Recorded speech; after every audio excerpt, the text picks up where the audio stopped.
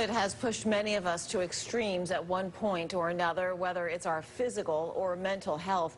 Unfortunately, some can't see the light at the end of the tunnel. Yeah, the suicide rate has actually increased since the pandemic began, particularly among young Americans. CBS 12's Lena Salzbank has a story of a local rabbi who hopes to change that by looking beyond spiritual guidance.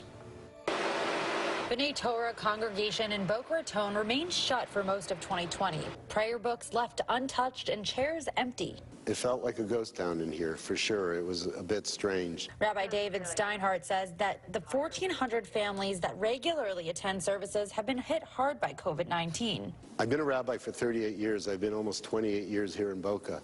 I've never experienced as much distress, sickness, and death as I did this past year. In the last year alone, 5 families in the community have been impacted by suicide, a number Rabbi Steinhardt says is a hard number to swallow.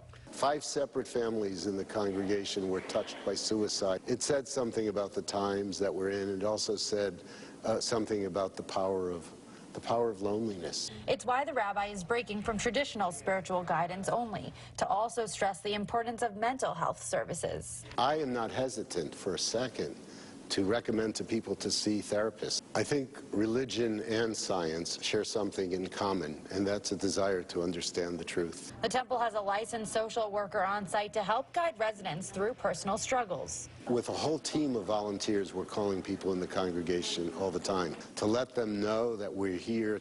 As people continue to get vaccinated, the congregation is slowly starting to ease some of its restrictions and start to open its doors once again. But for now, there are plenty of Zoom opportunities and workshops that you can join in on that focus on mental health issues such as anxiety and depression. In Boca Raton, Lena Salzbank, CBS 12 News.